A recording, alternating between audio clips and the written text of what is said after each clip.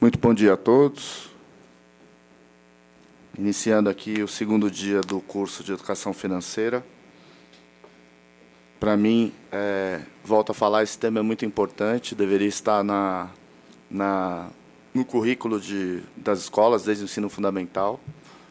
E é essencial que nós tenhamos essas noções básicas de educação financeira para que tenhamos esses conceitos para toda a nossa vida. E a ideia desse curso é dar versões diferentes sobre o mesmo tema. É trazer a experiência e a expertise de várias instituições diferentes e trazer uma temática bem diversificada para que, no futuro, nós possamos, por meio de parcerias, outros futuros cursos, nos aprofundar mais nos temas que forem do interesse tanto dos juízes, da juíza, dos servidores e das servidoras.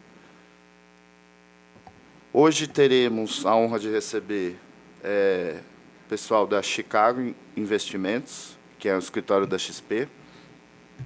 Vão trazer uma temática diferente da que foi abordada no primeiro dia do curso. A primeira a falar vai ser a Ana Rosa De Rico, né? De Rico. A Ana Rosa é assessora de investimentos da Chicago Investimentos, é formada em administração de empresas pela Universidade Municipal de São Caetano do Sul, com MBA pela FGV, especialista em gestão para negócios sustentáveis pelo INEPAD, possui a certificação de investimentos como agente autônoma da Ancord e tem mais de 18 anos de experiência no mercado financeiro. E eu acho que aqui o diferencial, que eu não posso deixar de mencionar, é que ela atuou por muito tempo no Banco do Brasil, inclusive tendo tido contato com diversos juízes, servidores, então ela conhece bem a nossa realidade. Com a palavra, Ana Rosa. Bom dia. Primeiro, eu quero agradecer aí a oportunidade de estar voltando aqui a conviver com antigos amigos e clientes e estar podendo travar conhecimento com novos amigos e, quem sabe, também novas pessoas junto comigo na investida na Chicago Investimentos. Gostaria que descesse a apresentação. Além do prazer de estar aqui, é um tema muito importante. Educação financeira faz parte do dia a dia de todo mundo, mas a realidade é que nós pouco pensamos nisso e pouco buscamos informação também. Então, nos chegam informações de várias fontes, internet, jornais, e nem sempre as informações que nos vêm são qualificadas. Então, é importante um momento de reflexão numa casa como essa, que dá a oportunidade de trazer pessoas que são do mercado financeiro para falar como, de fato, as coisas são e como elas acontecem. Durante essa manhã, eu vou ter o prazer do acompanhamento de dois sócios meus, Paulo Costa e Arthur Ordones, que estão compondo aqui a mesa nesse momento. Mais tarde teremos a presença de dois convidados que nós trouxemos do mercado financeiro. Henrique Breda é um grande gestor de fundos, um dos melhores gestores de fundo do Brasil. Ele vem aqui para complementar essa nossa manhã e essa nossa jornada. Bom, vamos falar sobre endividamento, crédito, previdência no Brasil, no exterior, e mercado de capitais, renda variável e também, talvez, assim, algum ponto de interesse de vocês com relação à composição de como investir. Chicago Educação é um dos braços do nosso grupo. Nós somos Chicago Investimentos, Chicago Educação, Chicago Câmbio, Previdência, investimentos no exterior, né? Investimentos no exterior.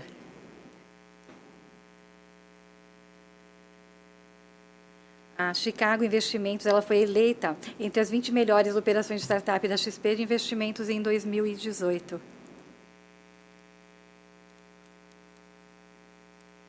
Relembrando um pouquinho sobre XP, que foi já dito na semana passada, é a maior corretora da América Latina, tem 270 bilhões de reais de custódia, 1,4 milhão de clientes ativos, mais de 18 anos de experiência, 3 bilhões de faturamento em 2018. É uma grande casa e nós, assim, escolhemos fazer parte dessa grande casa.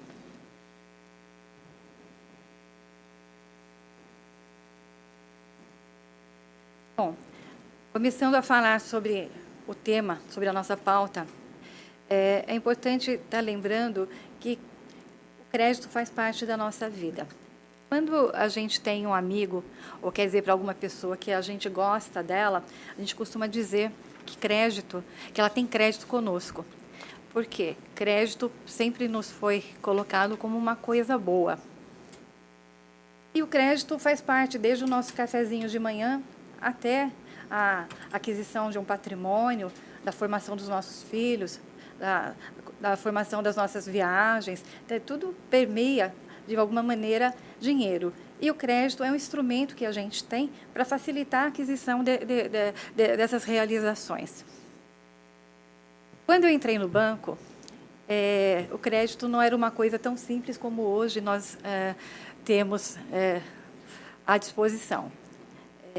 Para conseguir um cheque especial, precisava assinar uma nota promissória, esperar uma análise de cadastro, que durava, às vezes, uma semana, 10 dias, 20 dias. Não era uma coisa muito simples. E, dessa maneira, foram surgindo outras linhas de crédito e também a mesma dificuldade e demora na concessão do crédito. Isso foi mudando no correr dos anos. E eu acompanhei, durante esses 18 anos de vivência bancária, várias histórias com relação a crédito. Se antes era muito difícil conseguir o crédito, com a vinda da tecnologia, foi ficando cada vez mais fácil e cada vez mais e mais foram surgindo assim, facilitadores para a aquisição do crédito. Então, do cheque especial, que era talvez o primeiro instrumento de crédito que nós tínhamos no dia a dia, surgiu o cartão de crédito, linhas de empréstimo pessoal. E essas linhas foram sendo melhoradas e transformadas em outras linhas, como, por exemplo, o crédito consignado. E tudo isso é muito bom. São linhas específicas que nos permitem aquisição a um custo diferenciado, conforme o objetivo de cada crédito. Então, até agora, eu só falei de coisas boas com relação a crédito. Bom, crédito é bom, realmente. Aonde começa o problema nessa vivência aí que eu tive durante todos esses anos? É que, conforme foi facilitando a questão do crédito, nós paramos de pensar nele como um instrumento para conseguir algumas coisas e começamos a pensar nele como uma renda extra. E o que aconteceu nesse sentido? As pessoas foram administrando entre cheque especial, cartão de crédito, chegando num momento que não dava mais. Não estava mais comportando, estava no limite insuficiente com relação à renda. E, a partir daí, se passava para uma outra oportunidade de crédito. Ia para o empréstimo pessoal, porque é uma linha mais barata. E você vai ouvir nos noticiários aí que saia de uma dívida cara, de um crédito caro, e vá para um crédito mais acessível, melhor. Faz todo sentido. Faz todo sentido. Esse crédito aí veio o consignado, que é mais barato ainda. Opa, uma oportunidade da minha dívida, da minha despesa ser diminuída. E fomos para o crédito consignado. E o que aconteceu aí? Pelo que eu via no dia a dia e pelo que eu percebi nesse meu retorno de carreira, continua acontecendo. As linhas são melhoradas, só que elas foram sendo somadas umas às outras de uma maneira que acabou ocupando uma boa parte da nossa renda só para pagamento de dívidas. Então, assim, eu tenho hoje o consignado, mas eu ainda mantenho paralelo contas, empréstimos em um outro segmento de crédito. E, somado a isso, eu continuo usando o cheque especial e continuo usando o cartão de crédito. Bom, está fácil de perceber que virou uma bola de neve. E aí você vai encontrar pessoas, e isso aconteceu há coisa de 1 mês, 2 meses, quando eu voltei a encontrar servidores e juízes que eu conhecia há tantos anos atrás, me dizendo o seguinte: olha, bacana que você está aqui me oferecendo esse serviço de assessoria de investimentos, mas eu não posso. Por quê? Não está sobrando nada para investir nesse momento. Eu estou precisando pagar minhas dívidas. E aí, ao invés de eu ter a pergunta assim, como é que eu invisto, eu tinha assim, como é que eu saio disso? E aí eu posso dizer assim, tem solução, tem várias possibilidades de solução. Mas a crédito é uma coisa complexa, no sentido que ela tem uma parte técnica, que é você ter um orçamento e colocar esse crédito dentro do teu orçamento e tem uma parte que é comportamental. Então, não adianta eu falar, a solução está em fazer um orçamento, se você faz um orçamento e não segue esse orçamento. E tudo parece assim muito está acontecendo com o meu colega, isso não acontece comigo. E também não é assim. Antes de eu vir aqui para conversar com vocês, eu tomei o cuidado de estar vendo assim algumas histórias, além das histórias que eu tinha tido na minha vida. E eu me deparei com uma estatística do SPC que fala que cerca de 60 milhões de brasileiros têm dívidas. E que mais do que isso, desses 60 milhões, metade é superendividado. O que é um superendividado? É aquela pessoa que já não consegue mais pagar as suas contas do dia a dia e está passando só a pagar empréstimos e contas de financeiras. Então, assim, deixou de ser um consumidor para ser simplesmente um devedor. Bom, eu lembro que quando eu estava ainda trabalhando aqui na Justiça Federal, eu tinha alguns pubs e eu estava entre a Libero Badaró e aqui a Torre Beta, onde o Fórum Criminal tinha um posto do Banco do Brasil. E tinha uma assistente minha que ficava lá na Libero. E ela me ligou falando assim, olha, uma cliente precisa muito falar com você, Ana. Mas por que precisa tanto só falar comigo? Você está aí, resolve o assunto com ele. Não, quer falar só com você. Qual que era a situação? Eu fui, né, no dia seguinte, falar com essa cliente. Qual que era a situação dela? Eu preciso de mais crédito. Por quê? O limite que você me deu não é suficiente. Bom, aí vamos desmistificar, né?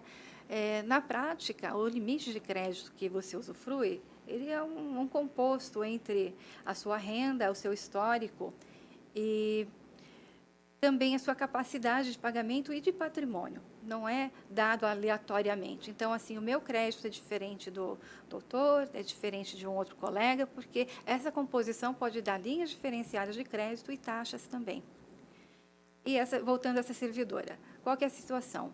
Ela fez essa bola de neve que eu falei, ela saiu do cheque especial, foi para o crédito do cartão, foi para o crédito consignado e chegou numa hora em que a renda não estava mais suficiente.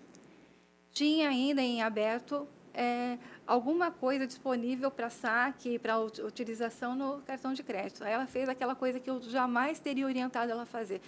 Ela saiu da minha mesa, sabendo que não podia ter mais limites de crédito, foi lá e sacou o dinheiro que tinha do cartão de crédito para pagar as contas daquele mês. Bom, qual que é a consequência disso aí? Mais um mês, então ela não tinha mais limite de crédito, o pagamento caía e praticamente passava assim como um raio na conta corrente, porque tinha tantos débitos ali que não sobrava mais nada a pagar. A única solução que aconteceu nesse caso foi que ela não conseguia renegociar, porque ela não tinha capacidade financeira, acabou tendo uma liminar para poder liberar uma parte de seus proventos ali, de seu salário, para conseguir estar pagando as suas coisas mais básicas do dia a dia. Isso é muito triste, porque ela acabou usando um instrumento bom, com um crédito facilitado, e pegou lá numa linha muito mais cara, que era o cartão de crédito, a última possibilidade que ela tinha de compor, de repente, alguma situação melhor, e esgotou todas as possibilidades. Então, assim, não tinha mais o que está sendo feito. Acho que ninguém quer para a sua vida depender de pagar suas contas de uma liminar todo mês na boca de um caixa para poder estar levando. Mas por que isso acontece, né? Acontece porque existe facilidade. Antes, lá quando eu comecei a contar que era difícil pegar um cheque especial, tinha que assinar uma nota promissória, demorava o crédito para sair, as pessoas tinham que parar, pensar aonde iam fazer a aquisição do crédito. E hoje isso não é mais necessário, está automático. Eu fico na minha casa, eu pego o meu celular e pego um crédito para comprar um carro, para comprar um produto, né? Mas aí, a razão do endividamento, então, é a facilidade? Em parte é. É também a questão da falta de educação financeira, porque a ciranda em que ela entrou nessa bola de neve de dívidas, ela se deve à facilidade do crédito, mas também assim a não ter sido uma orientação sobre o fim específico de cada produto. O cheque especial é para usar 3, 4 dias no mês, uma coisa rápida. O cartão de crédito é uma excelente ferramenta para a gente se programar e fazer aí uma composição dos nossos pagamentos de maneira que seja mais fácil de controlar. Os demais créditos têm o seu destino, o imobiliário, aquisição de um imóvel. O crédito pessoal é uma linha cara também, ela não é para ser utilizada assim, sem um começo, meio e fim. E quando vira uma bola de neve, como foi nesse caso, fica difícil de uma solução. Poxa, acontece só com o servidor público? Acontece só com um empregado que tem pagamento certo? Acontece.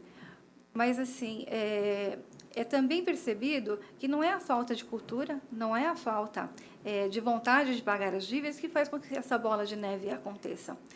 Existe também uma indústria e um mercado que coloca uma oferta assim, exaustiva de crédito. E a gente acaba se seduzindo pela facilidade e pelas oportunidades que nós temos. Está feito aí um cenário muito triste, muito difícil. Nessa pesquisa que eu fiz, temos aí elencado bem, eu acho que serve assim para todo mundo como um exemplo muito claro do que é o endividamento e o superendividamento. Foi feito pelo IDEC e pela Fundação Getúlio Vargas um estudo sobre essa questão do automático das pessoas estarem tomando crédito atrás de crédito, sem pedir uma orientação e sem parar para fazer uma composição melhor. Um professor procurou o IDEC pedindo uma ajuda porque ele estava na situação dessa mesma minha cliente, de já não saber mais para onde estar buscando uma solução. Quem é essa pessoa? É um professor universitário de uma grande instituição, com uma boa renda, que tinha um certo patrimônio, mas que devido a não pensar a questão do crédito tomado automaticamente, ele foi passando de instituição em instituição e em 3 anos e meio, essa pessoa é professor Rubens Adorno, um professor universitário, em 3 anos e meio ele conseguiu ter uma dívida de cerca de R$700 mil em 4 instituições bancárias. Puxa, R$700 mil é o suficiente, de repente, até para compor um patrimônio. Tem famílias que não têm um patrimônio de R$700 mil. E aonde que isso aconteceu? Aconteceu justamente pela junção da falta de educação financeira, mesmo ele sendo uma pessoa extremamente qualificada profissionalmente, com as facilidades e essa oferta exaustiva de crédito.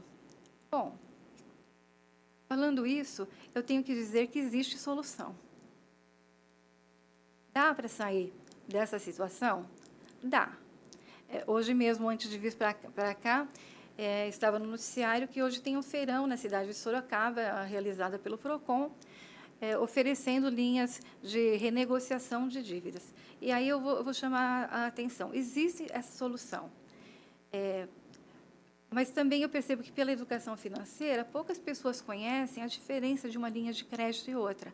Eu falei daquelas que você automaticamente pode ter pelo seu score, pela sua renda, pela sua capacidade de pagamento, mas existe uma diferença entre você chegar na mesa do seu gerente e pedir um limite de crédito ou renovar a sua dívida e de fazer uma renegociação de fato para sair da situação do endividamento.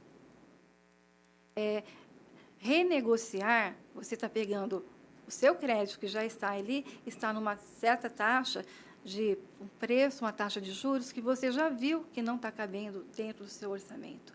E você vai estar apenas alongando a sua dívida. Vai encaixar no seu orçamento de curto prazo, mas no longo prazo o problema vai continuar. E aí, então, eu digo, existe a renovação, que é o mais fácil, é o que acontece, e o que aconteceu com esse professor. Ele foi trocando e renovando o crédito, portando o crédito de um lugar para outro, de maneira que chegou nesse montante aí de dívida. Existe a renegociação, que é o que foi proposto de manhã pelo PROCON, lá na cidade de Sorocaba. Os demais PROCONs hoje estão fazendo também outros feirões para colocar renegociação e fazer com que as pessoas consigam se reenquadrar de novo num limite de crédito sustentável dentro do seu orçamento. E, fora isso, tem também empresas que buscam intermediar essa relação de renegociar, porque nem sempre você vai conseguir chegar no banco e renegociar a sua dívida. Por quê? Se você está adimplente, não tem motivo para o banco, de repente, estar te fazendo uma renegociação com outra taxa de juros, porque se você está pagando, ele está entendendo que está na sua capacidade. Quando ele te deu o crédito, essa era a realidade. Né? Então, fica difícil de renegociar. Então, entram aí outras instituições como Serasa, Procon, consumidor.gov.br, buscando intermediar e, de repente, colocar uma solução não para renovar e alongar um problema ou essa linha de crédito, mas para, de fato, colocando um formato de crédito para que você pague e consiga, de vez, sair desse ciclo não virtuoso de dívidas. Bom, para isso, precisam de algumas coisas. Precisa de você estar se organizando. E aí é importante, na segunda-feira, um colega falou sobre a questão de ter uma planilha de controle de gastos. Se você não gosta, de repente, de uma planilha, acha muito complicado, você pode, por exemplo, estar usando o próprio aplicativo do seu banco.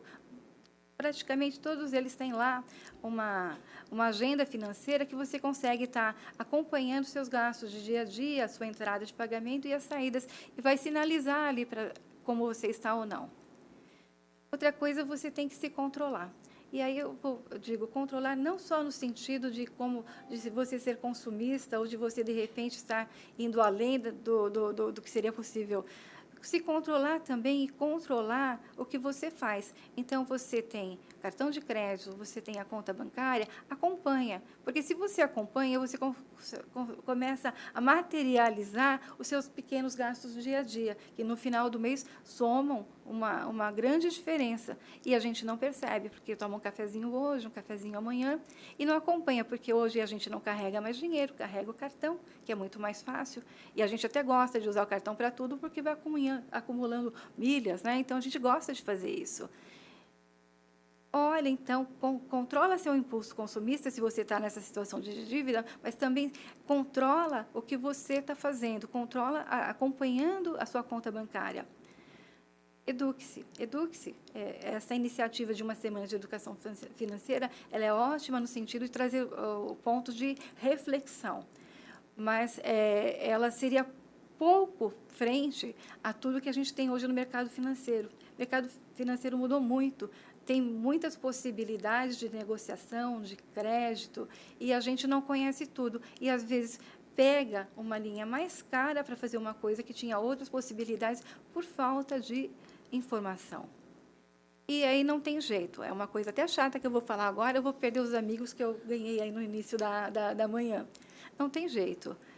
Período de retomada de capacidade financeira pede mesmo que você tenha um pouco de sacrifício e vai ter que rever o seu orçamento, sua planilha de gastos e fazer gastos para você se ajustar a qual é realmente a sua capacidade de vida, de padrão de vida. E, às vezes, para poder sair desse momento que é desconfortável, tem que ter esse ajuste envolvendo toda a família. Não adianta o chefe da família, o arrimo da família, fazer o sacrifício de compor dívidas e, de repente, estar economizando em gastos maiores, se a família não estiver envolvida e não entender qual é esse problema. Com a família ajudando a elaborar esse orçamento, fica muito mais fácil.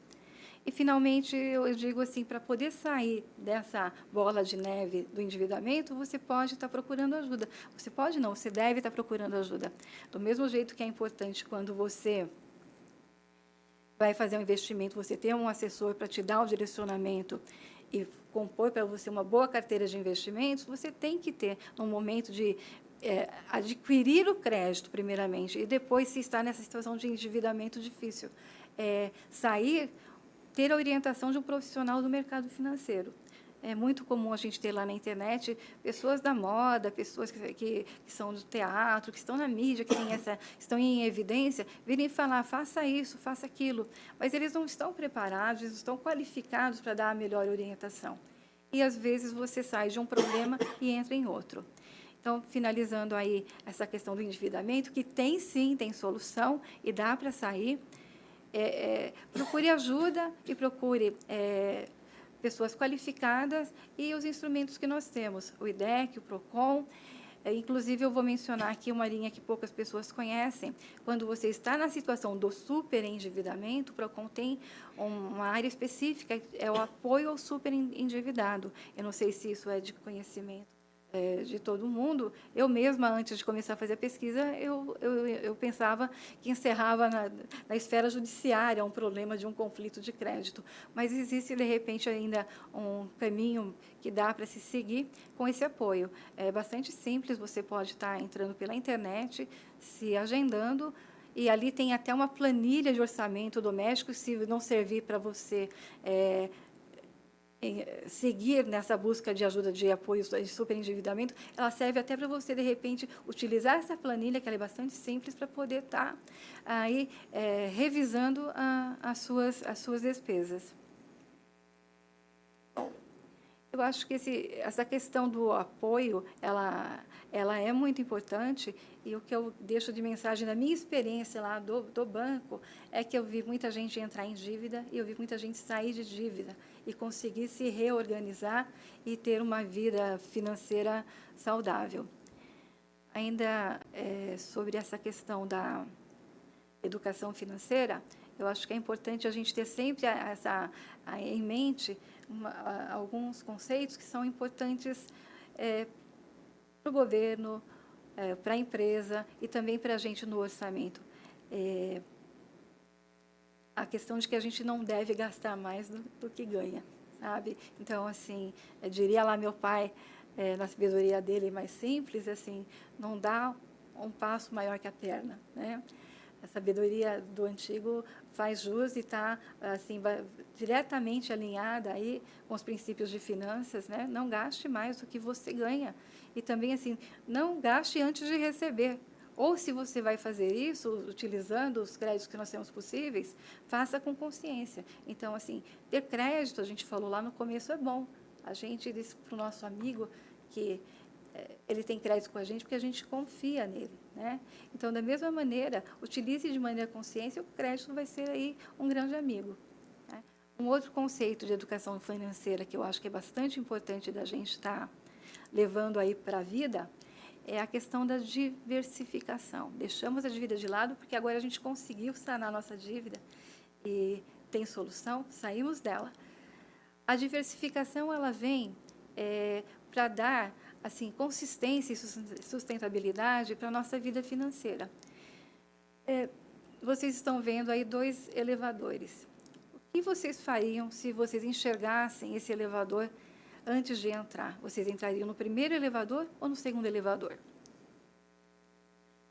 Por quê? Parece mais sólido, parece mais forte, né? De fato é. Aí, dificilmente a gente vai ver um elevador despencando no primeiro caso, vai ser muito difícil. Mas, assim, a segurança e a possibilidade que isso não vá ocorrer no segundo é bastante certa. Então, esse é um conceito de economia financeira bastante simples que a gente pode estar carregando na composição do nosso patrimônio. Ter investimentos diversificados assegura que, qualquer que seja o momento político, financeiro, vai estar te dando uma certa estabilidade. Então, você tem mais sustentabilidade mesmo na construção do seu patrimônio. Um outro conceito que eu acho que em educação financeira sempre tem que ser relembrado é a questão do poder que existe numa coisa chamada juros compostos, e que a gente não pensa muito nisso. Na realidade, se a gente tivesse um investimento aí para estar sendo feito, aqui é um exemplo de R$100 mil, um número simbólico para facilitar a nossa explicação. Se você tem R$100 mil para você investir numa taxa de juros de 3,30, ele vai estar colocando aí para você possibilidades de, em um ano, se transformar em 103.300. Em 30 anos, esse poder dos juros de juros sobre juros vai levar a um valor de 264 mil. Bom, e se eu pegasse esse instrumento financeiro e levasse para uma outra situação? Eu tivesse, então, um investimento e eu tivesse esse poder com mais 1%, um investimento melhor. Esses mesmos 100 mil reais vão chegar lá no longo dos 30 anos, 353 mil.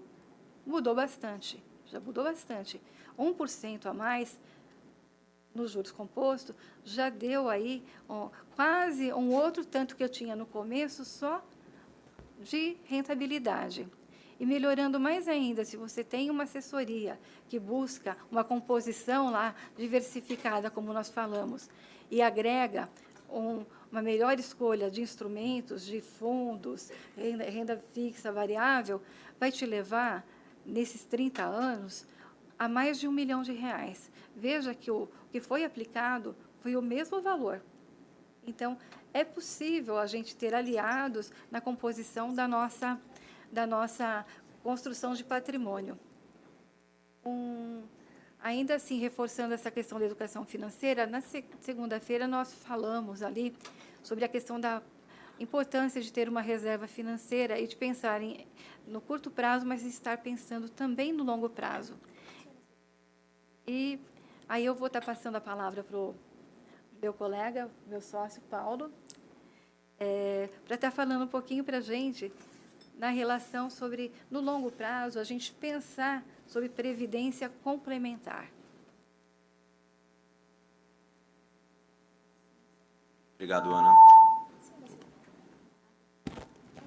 Obrigado, Ana. Bom dia a todos.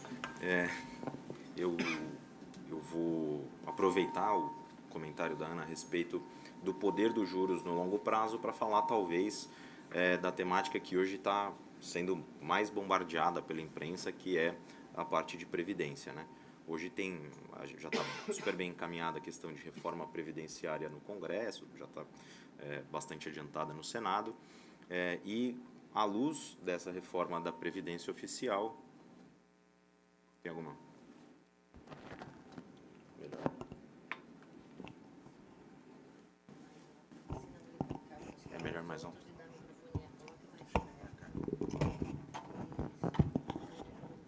Aqui sim?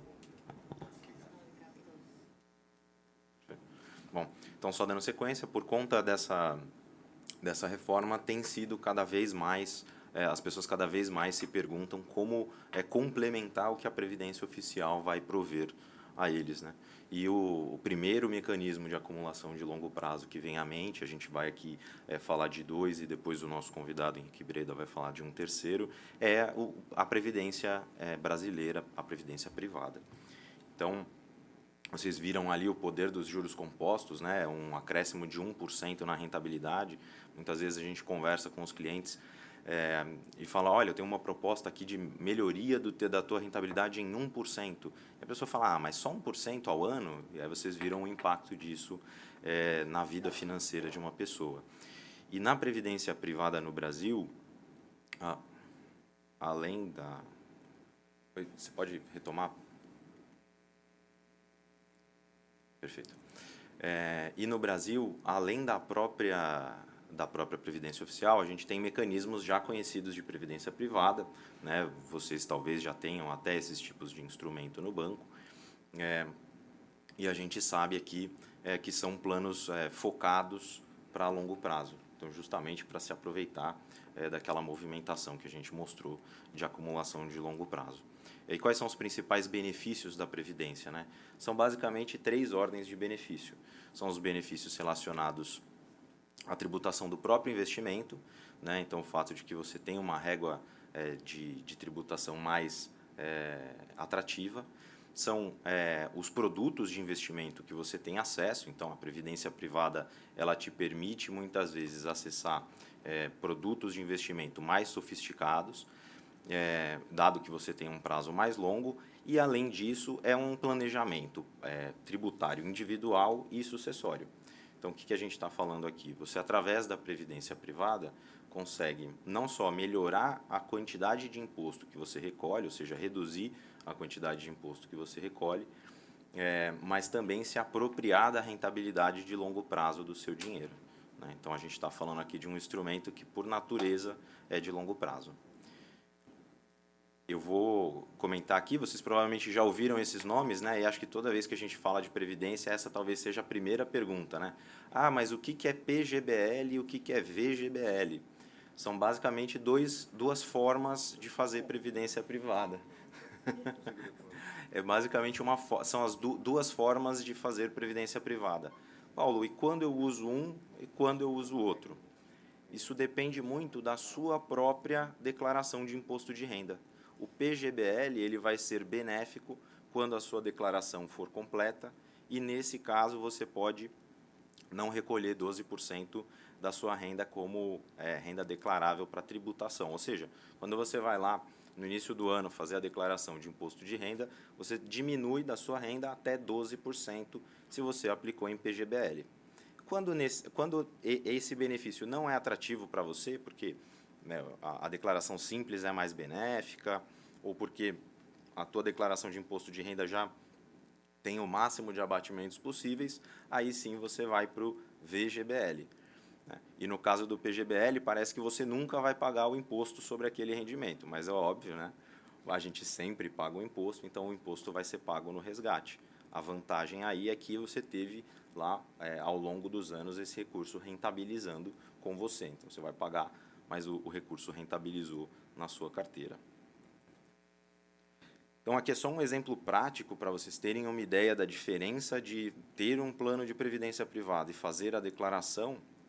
Eu não vou passar pelos números, mas a gente consegue, no caso em que você tenha a renda possível de ser usada do PGBL, você consegue ter uma economia tributária aqui, para o caso de renda anual de 120 mil, de R$ 1.400. Né? Então, 1%, né? Voltamos lá para aquele 1%. Será que 1% faz diferença? E aí também dentro da previdência privada a gente tem duas formas de tributação. Né? Então lá no final, quando você for fazer seus resgates, você vai ter que pagar impostos. Né? A gente sabe que a gente vai pagar imposto. E nesse caso você tem dois tipos de tributação. A progressiva, em que você tem um pagamento de acordo com a própria renda, e a regressiva, que de fato é aquela que no longo prazo vai te trazer o melhor resultado.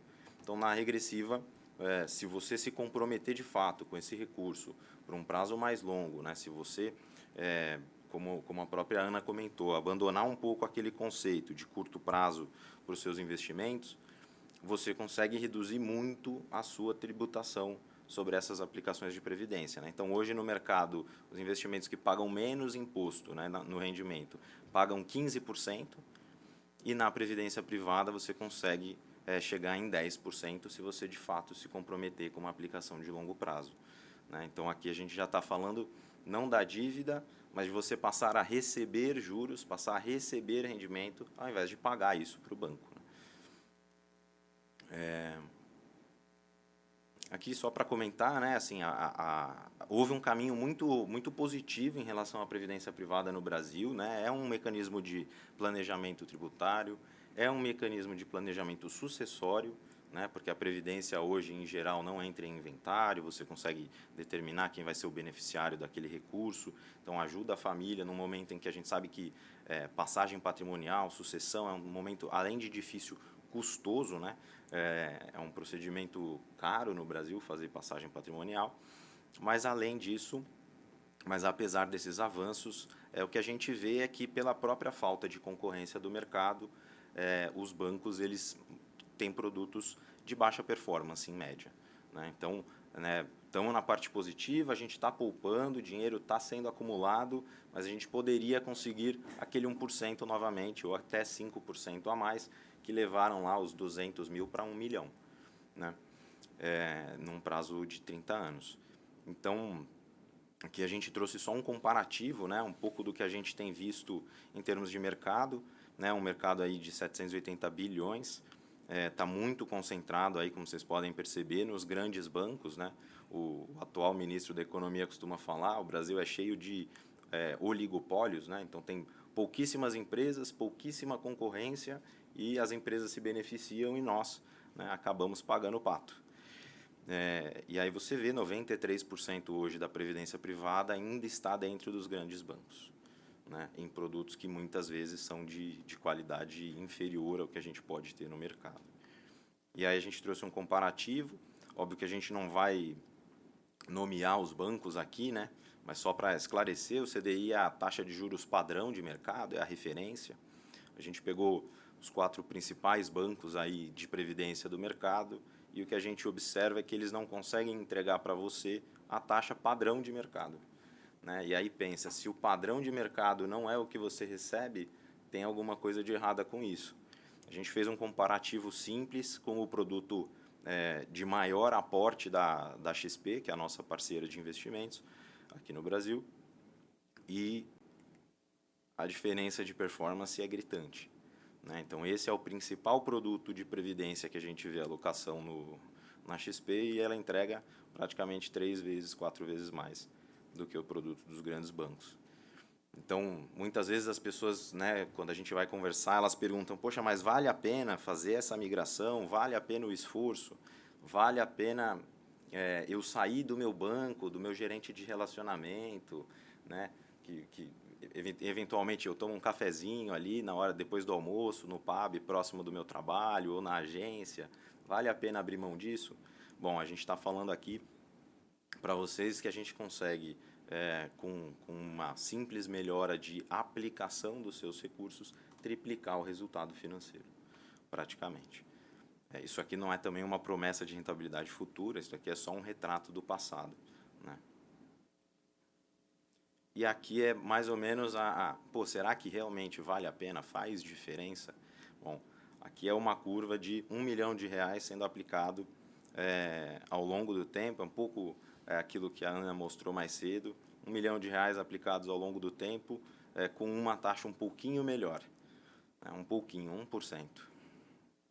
Eu prefiro a linha de cima. Na linha de cima a gente tem R$1 milhão a mais, dá para fazer bastante coisa com R$1 milhão, né?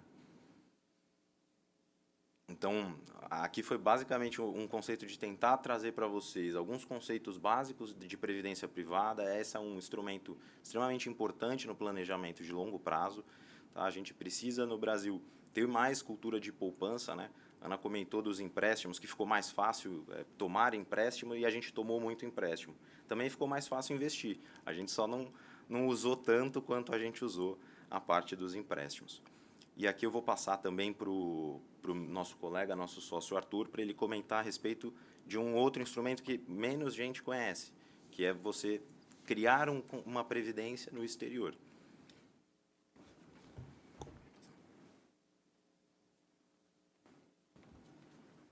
Obrigado, Paulo. Não.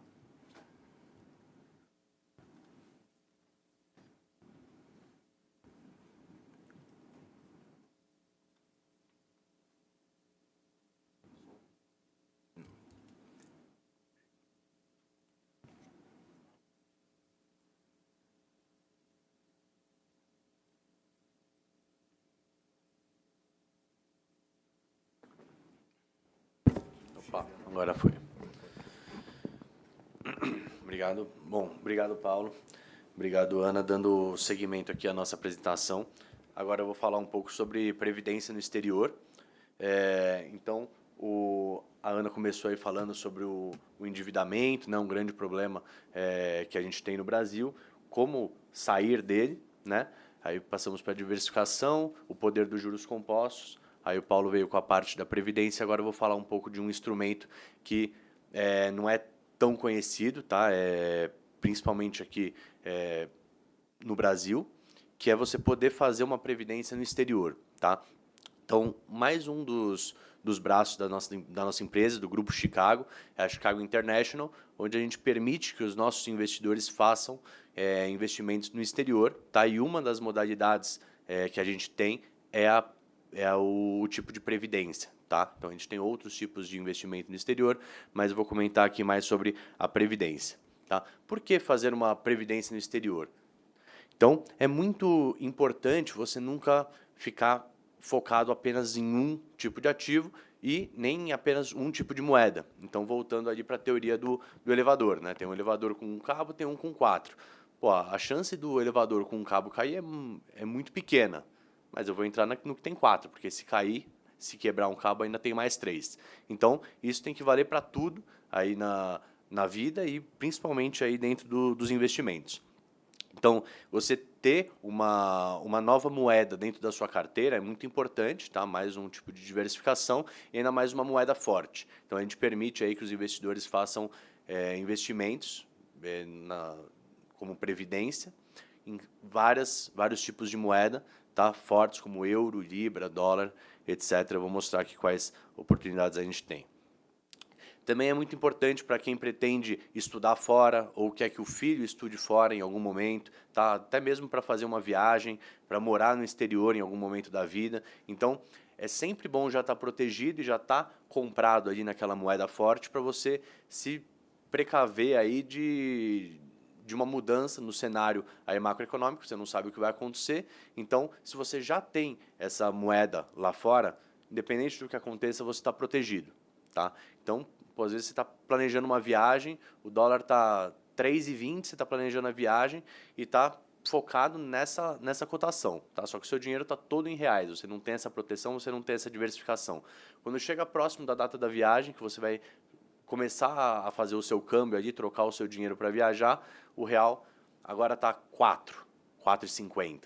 Pô, já mudou totalmente o seu planejamento, já mudou tudo que você estava pensando. Então, é uma diferença realmente muito grande e esse tipo de flutuação não é nada incomum no mercado, né? Então, ela acontece aí principalmente com o real frente ao dólar, que tem uma volatilidade bem expressiva. Tá? Então, se você se preparou para isso, se você já tem o dinheiro lá fora, fica muito mais fácil de você se planejar. Então, a gente permite os nossos clientes de fazer isso por meio da RL 360. Tá? A RL 360 é a Royal London.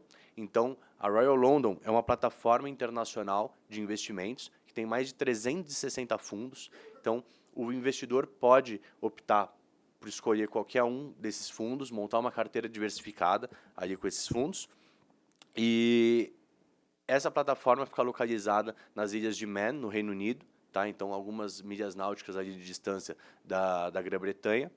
E total segurança para o investidor, não é um paraíso fiscal. Tá? As ilhas de Man é regulada e é um lugar que não tem dívida externa, tem um ombudsman ali à sua disposição. Então, qualquer problema que você tenha ali com essa conta, com esses investimentos, tem uma pessoa à disposição também para te ajudar. O RL 360 hoje tem 22 bilhões de dólares sob custódia e com uma plataforma com acesso 100% online. Tá? Dentro do RL 360, a gente tem algumas modalidades, tá? 3 principais delas, que é a Oracle, Quantum e o PINS. Tá? Dependendo aí dos seus objetivos, você pode optar por uma ou por outra. Então, eu vou resumir aqui, não vai ter como abordar muito profundamente, tá, cada tipo de produto, mas a gente vai ficar à disposição depois para quem tiver interesse e quiser se aprofundar mais no assunto. Mas a gente tem tanto a possibilidade de aportes regulares pela Quantum, tá, que é uma das modalidades aí da RI 360. Então, você consegue fazer aportes pequenos regularmente, aí em planos que vão de 5 até 30 anos. Você pode fazer um aporte único, que aí já é a modalidade Oracle, então você não precisa aportar todo mês, você pode fazer apenas um aporte único e deixar lá para o futuro, numa quantia de recursos maior. E o PINS, que aí já é uma plataforma maior. Tá? Nas duas primeiras plataformas, no Quantum e no Oracle, são só fundos. Tá? Então, são 360 fundos de investimento das maiores casas do mundo. Então, você encontra coisa ali da BlackRock, por exemplo, do Goldman Sachs, do Citibank. Então, você pega aí os maiores casas do mundo e você encontra fundos de todas elas lá dentro, JP Morgan, Morgan Stanley, enfim. E você consegue escolher aí, fazer a sua seleção de fundos. E por ter a característica de previdência, você pode fazer a migração de fundos à vontade, sem ter que cumprir aí um prazo de resgate. Tá? Então, você acessa um fundo, por exemplo, da BlackRock, tem ali um mínimo de $500 mil e o prazo de resgate dele, por exemplo, é D180, D360. Aqui você vai conseguir ter acesso a esse fundo, tá? Pelo valor que você está aportando, independente de qual seja, cumprindo ali o mínimo da plataforma, que eu vou passar daqui a pouco, e ainda vai poder fazer a portabilidade de fundos, ou seja, você vai poder, pô, esse fundo não está mais indo tão legal, eu vou tirar do fundo da BlackRock e vou colocar no fundo da Morgan Stanley. Você vai fazer isso de um dia para o outro, você não vai precisar cumprir ali um prazo de resgate que você teria normalmente no fundo, exatamente por ter essa característica aí de previdência. Tá? Então, esse é o lado bom. E o lado ruim, que na verdade eu nem considero um lado ruim, é que o prazo é muito mais longo. Mas se você está pensando realmente em fazer uma previdência, tá? Você está pensando nesse dinheiro para o futuro do seu filho, para ir estudar no exterior, para fazer uma faculdade fora, ou para você, quando for se aposentar, ir morar em outro país, sair do Brasil, por exemplo, você já vai ter que pensar, né, fazer esse planejamento aí com o foco no longo prazo. Então, aí, se você tiver com esse mindset, esse produto é para você, e aí você não vai ter problema em fechar um plano ali de 5, 10, 15 ou 30 anos. Tá? Aí vai depender aí do planejamento de cada um e dos objetivos de cada um com esse investimento. Então, como eu comentei, são vários tipos de moeda que você pode escolher ali na hora de investir na plataforma. Dólar, o euro, a libra, ien, yuan, dólar australiano, tá? E na hora que você vai investir, você escolhe qual moeda que você quer ficar atrelado, ou seja, qual moeda que você quer diversificar o seu patrimônio. Você quer dolarizar essa parte que você está mandando para fora, você coloca em dólar. Você quer colocar em euro, porque a sua pretensão é morar em algum país da zona do euro, também você pode colocar em euro. Isso você faz tudo na plataforma 100% online. Tá? Então é uma coisa realmente bem diferente que pouquíssimos brasileiros têm acesso e pouquíssimos brasileiros sabem que dá para fazer. Tá? Então, também em relação a prazos, como eu comentei, o mínimo 5 anos, máximo 30 anos, você vai escolher. Claro que quanto mais longo aí o plano que você escolher, menor vai ser a taxa, né, mais benefícios você vai ter. Um pouquinho sobre aí o aporte único. Tá? Então, como comentei, são 3 tipos de produtos. No Oracle, você vai fazer um aporte de uma vez só.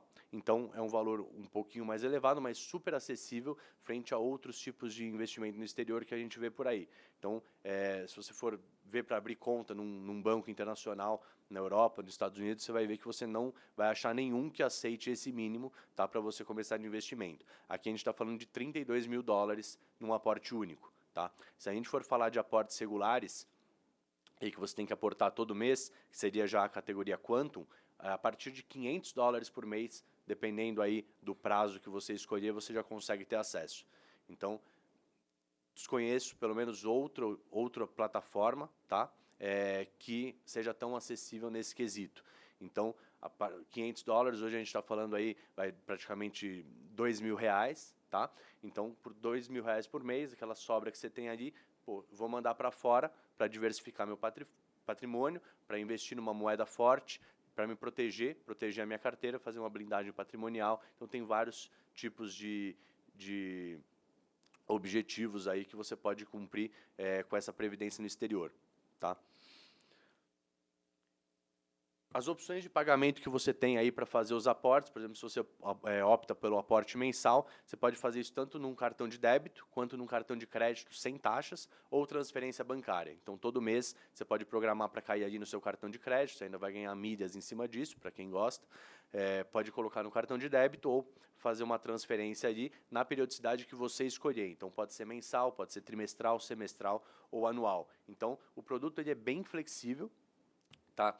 E o importante é você ter o foco no longo prazo, tá? Porque é um tipo de investimento que, se você acaba mexendo no meio do caminho, não cumpre ali o plano, acaba não sendo tão legal. Tá? Então, se você começar esse plano e falar, não, eu não quero mais, eu vou resgatar tudo, realmente isso você deveria ter se planejado melhor e pensado melhor no plano antes, porque não vai ser nada benéfico, você vai perder dinheiro nesse trade aí, não vai ser nada legal. Agora, se você quiser fazer um resgate parcial, aí já não tem problema, você não vai ter ônus nesse resgate, você não vai perder nada. No entanto, tem ali um problema que é o qual? A taxa de administração. Tá? A taxa de administração, nem tem como eu falar um número fechado, porque ela vai depender do plano que você escolher, da quantidade de anos, do volume de aporte que você vai fazer, então isso varia muito. Mas, por exemplo, se você fez um plano que deu uma taxa de administração ali de 1,5% ao ano, por exemplo, você mandou $100 mil e está com uma taxa de 1,5% ao ano. Se você fizer um resgate, você resgatou $20 mil, por exemplo, desses 100 mil que você mandou, agora você tem $80 mil lá. A taxa de administração vai continuar sendo 1,5% em cima dos 100 mil, tá, do seu aporte inicial. Então, por isso que não é interessante. No resgate, você não vai perder nada, você não vai ter nenhum spread negativo nessa saída. No entanto, você vai pagar a taxa de administração em cima do valor inicial que você aportou. Então, acaba não sendo legal também. Então, isso é para quem realmente fala, esse dinheiro eu não vou mexer por 5, 10, 15, 20 ou 30 anos, dependendo do plano que você fechar. E aí, você cumprindo esse prazo, com certeza você vai ficar satisfeito, porque é realmente espetacular. Que, como eu comentei, você pode ter acesso a fundos de uma Morgan Stanley, de um JP Morgan, de uma BlackRock, que você não teria acesso sem esse tipo de plataforma, e muito menos com esse volume de recursos. Tá? Então, aqui tem alguns exemplos do aporte mínimo mensal. Num prazo de 10 anos são $320, num prazo de 5 a 9 anos, $640. Tá? Com aportes adicionais que você pode fazer aí no meio do percurso de $8.000. Então, é realmente algo bem acessível. Então, resumindo aí, você consegue fazer uma poupança lá fora, acessando os melhores fundos aí do mundo, e ainda na categoria PINs, que eu até comentei pouco, é uma categoria que você já não fica só focada nos fundos, você já tem acesso a qualquer tipo de ativo de qualquer lugar do mundo. Então você consegue acessar bonds, treasuries, ETFs, ações de qualquer país. Então, pô, eu quero comprar um ETF de Hong Kong, você consegue. Eu quero comprar ações da Tencent, eu quero comprar um bond da Áustria, você consegue fazer o que você quiser de qualquer país do mundo. Tá? E também com essa facilidade de poder migrar o recurso de um ativo para o outro sem pagar imposto de renda. Tá? O imposto vai ser só quando finalizar o plano e você for tirar o dinheiro. Nas movimentações aí, no meio do caminho, você não vai pagar nada para fazer essas portabilidades aí de um ativo para o outro, tanto no Oracle e no Quantum, que são só os 360 fundos, né? Quanto no PINS, que você tem acesso a qualquer tipo de produto do mundo aí para colocar na sua carteira. Alguns outros benefícios, tá? O bônus inicial, então quando você aporta o dinheiro, você já recebe um bônus, tá? Então, obviamente, isso aí vai sendo abatido aí da taxa de administração ao longo do tempo, e se você tirar o dinheiro antes, você também perde esse bônus, mas você aportando $100.000, no primeiro dia, depois do seu aporte, você já vai ver que vai ter ali 105 mil, por exemplo, não são exatamente esses números, tudo vai depender aí do plano que você escolher, do prazo do plano que você escolher e do volume que você aportar. Tá? Então, é legal para quem tiver interesse fazer uma simulação. Ó, eu penso em tantos anos, eu penso num volume X, e aí a gente vai conseguir calcular qual que é o bônus inicial que você vai ter, o bônus sobre os aportes, tá? O bônus fidelidade, que são os 3 tipos de bônus que a gente trabalha, e também a taxa de administração, que vai depender de tudo isso. Então, esse é um pouco aí de previdência no exterior, para complementar os assuntos aí trazidos pela Ana e pelo Paulo. E agora eu vou chamar aqui, para agregar a essa conversa, um dos maiores gestores, um dos maiores e melhores gestores de fundos aí do Brasil, na minha opinião, o melhor, como não tem um ranking oficial aí, a gente não pode falar, mas, na minha opinião, o melhor e maior gestor de fundo aí do Brasil, Henrique Breda, por favor.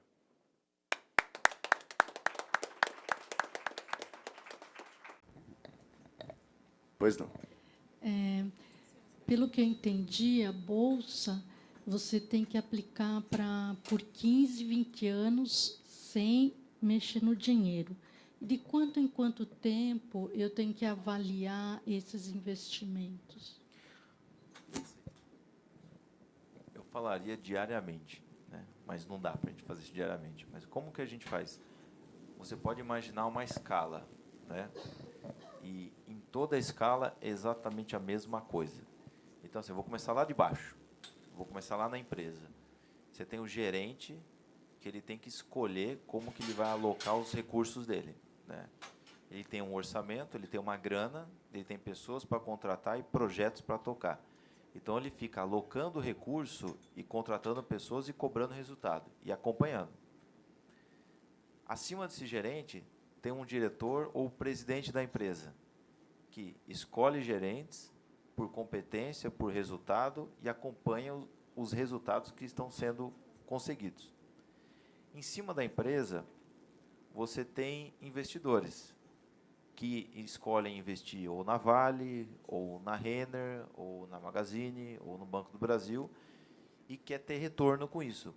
Então, investe, né, gasta um dinheiro e espera ter um retorno. Só que quais que são os prazos? Quando você vê, por exemplo, a Klabin, ela está investindo agora numa expansão de produção de embalagem, o Puma 2. Ela começou a investir agora.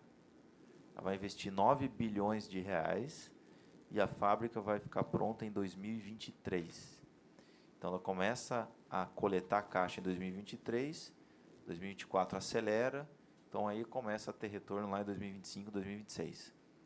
Então, o prazo envolvido nessas coisas, que é investimento em empresa, investimento em negócios, são longos, mas ela acompanha o andamento, mas não cobra o resultado agora, acompanha o andamento. Ó, comprou a máquina, né, terraplanou, está no cronograma, não tem zero de lucro até agora, só está tendo desembolso.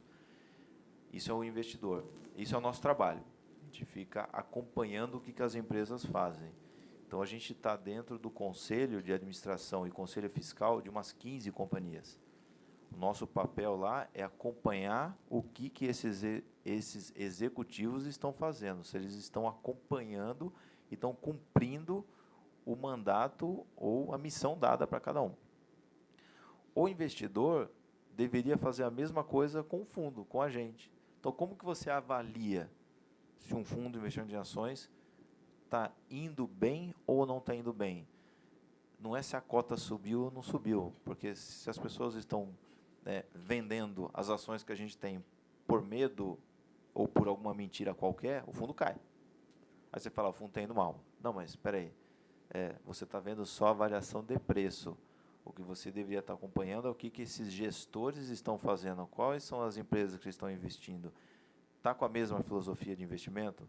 Está cumprindo o mandato? A equipe é a mesma? Está melhorando a equipe? Trouxe mais algum analista, mais algum sócio? Esse é o acompanhamento. Porque, veja bem, nós somos um fundo de investimento em empresas.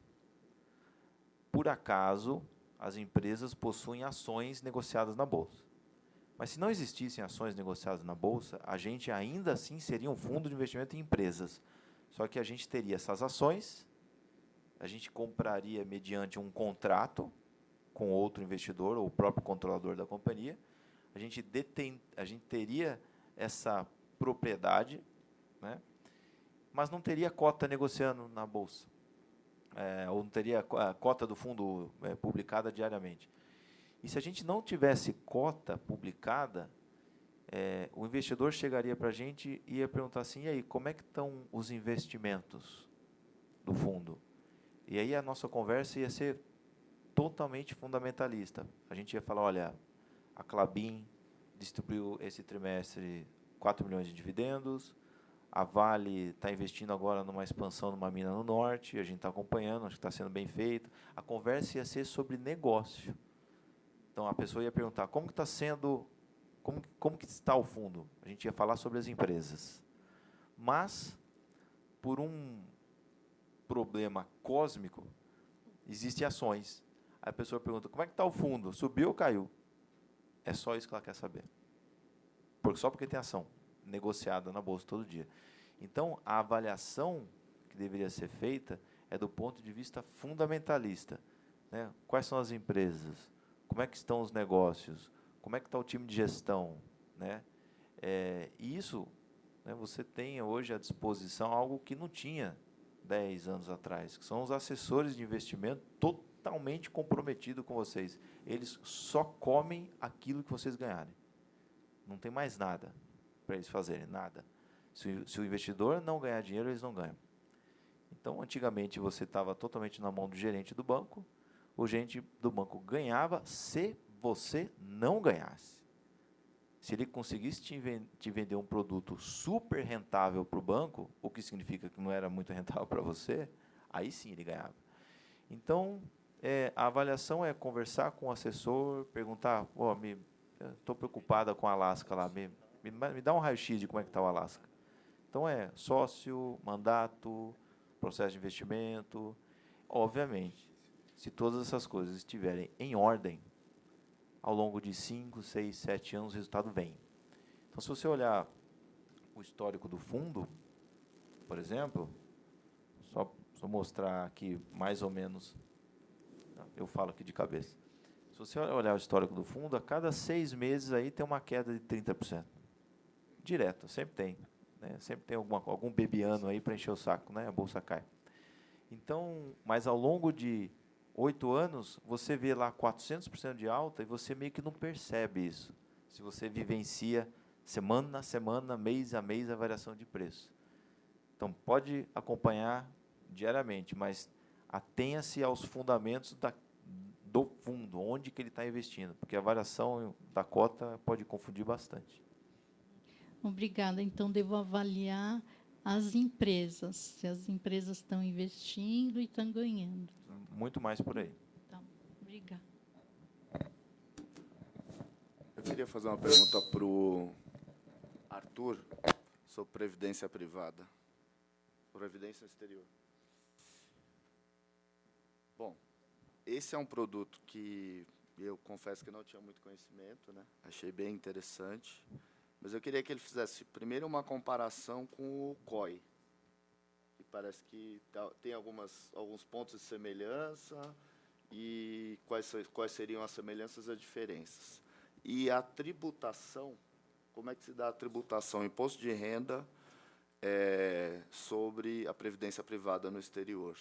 E, ainda sobre previdência privada no exterior, quer dizer, me parece que aí um ponto, tentando pontuar as questões negativas e positivas, um ponto negativo seria a falta de liquidez. Né? Você falou que a taxa de administração, se você fizer resgates pontuais, ela incide sobre todo o capital aportado.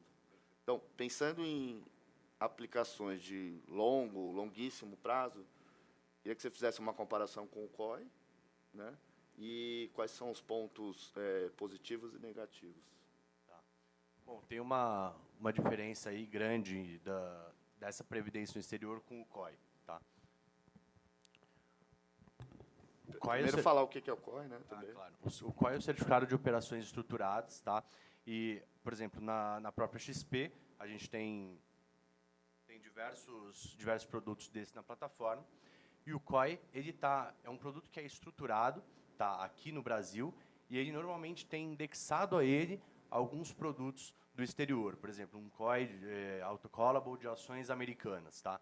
Você tem ali aquelas ações como uma premissa. Tá? Você não está investindo nessas ações, nessas empresas, tá? E vai ter o retorno que essas empresas vão ter ali naquele tempo. Então, é bem diferente. Tá? O COI ele vai ter as regras pré-determinadas. Normalmente, os que tem na plataforma da XP com 100% do capital protegido. Então, você não está ali exposto exatamente ao risco de mercado daquela ação. Por quê? Se a ação cai, no COI, por exemplo, você não perde nada. Se a ação sobe, você não vai conseguir refletir toda a alta daquela ação. Normalmente, o preço das ações é apenas um trigger, ali, um gatilho, para ver se você vai receber um cupom de renda fixa pré-determinado ou não. Então, um exemplo prático aí, tem um COI, por exemplo, de ações da Alibaba, Netflix, Apple e Amazon. Quando esse produto estruturado começa, no primeiro dia da liquidação, é como se fosse tirado uma foto, tá, do preço dessas 4 ações, então o preço que elas estavam naquele dia da liquidação. Aí o tempo vai passando e tem janelas de observação. Por exemplo, essa janela pode ser trimestral, semestral, enfim. Janela semestral. Depois de 6 meses, a gente vai fazer uma avaliação. Se as 4 empresas estiverem com o preço igual ou superior ao preço inicial, você cumpriu uma premissa, tá? Não importa se subiu 10%, 80% ou se está até no mesmo preço. Cumpriu a premissa das 4 ações estarem no mesmo preço ou um centavo acima que seja do preço inicial, você recebe aquele cupom de renda fixa, que foi pré-determinado ali no momento da liquidação também. Então, você não está exposto, você não está investindo na empresa e vou analisar ali os fundamentos da empresa para ver quanto que ela vai dar de lucro, para ver quanto que ela vai subir. Tá? O gestor que estrutura ali um COI, por exemplo, ele tem que fazer um trabalho de análise, obviamente, para ver se tem realmente potencial daquele conjunto de empresas aí que ele formou, se tem um potencial de subir naquele período, para aí sim bater ali o gatilho, os investidores ganharem e poderem reinvestir, né? O sucesso do investidor, como até o Breda comentou, é o sucesso dos gestores, é o sucesso dos assessores de investimento. Então, é onde todo mundo ganha, que aí já é o conceito que mais distancia a gente dos gerentes do banco, que nem sempre só se dá bem quando o cliente está ganhando. Então, tem uma grande diferença aqui, por exemplo, no produto PINS, que eu comentei, que você tem acesso aí a ações, ETFs, bonds, enfim, de qualquer lugar do mundo, você está investindo realmente no papel. Você não tem aquilo ali só como uma premissa, tá, que vai fazer você ganhar ou não um cupom de renda fixa. Você investiu nas ações da Amazon via PINS, você realmente está exposto ao risco de mercado da Amazon. Se ela for subir, você vai ganhar. Se ela for cair, você vai perder. Então, são produtos bem diferentes. Mais alguma pergunta? Bom, queria mais uma vez cumprimentar o pessoal da Chicago Investimentos. Acho que o Henrique Breda conseguiu desmistificar um pouco esse mundo da Bolsa que para a gente que não é da área é tão complicado, é tão intrincado, né? E foi muito interessante realmente a exposição dele. Queria cumprimentar a todos pela clareza, por trazer bastante argumentos para a nossa reflexão, né? E, enfim, acho que cumprimos nosso objetivo, né? Cumprimentar também o doutor Alessandro, que foi também o corresponsável pelo nosso curso. E acho que atingimos o nosso objetivo de trazer reflexões, trazer principalmente informações para que todos tenham mais elementos para decidir onde vão fazer suas aplicações, seus investimentos a curto, médio, longo prazo, e que realmente a educação financeira passa parte da nossa rotina e do nosso dia a dia. Então, isso é muito importante. Queria falar alguma coisa?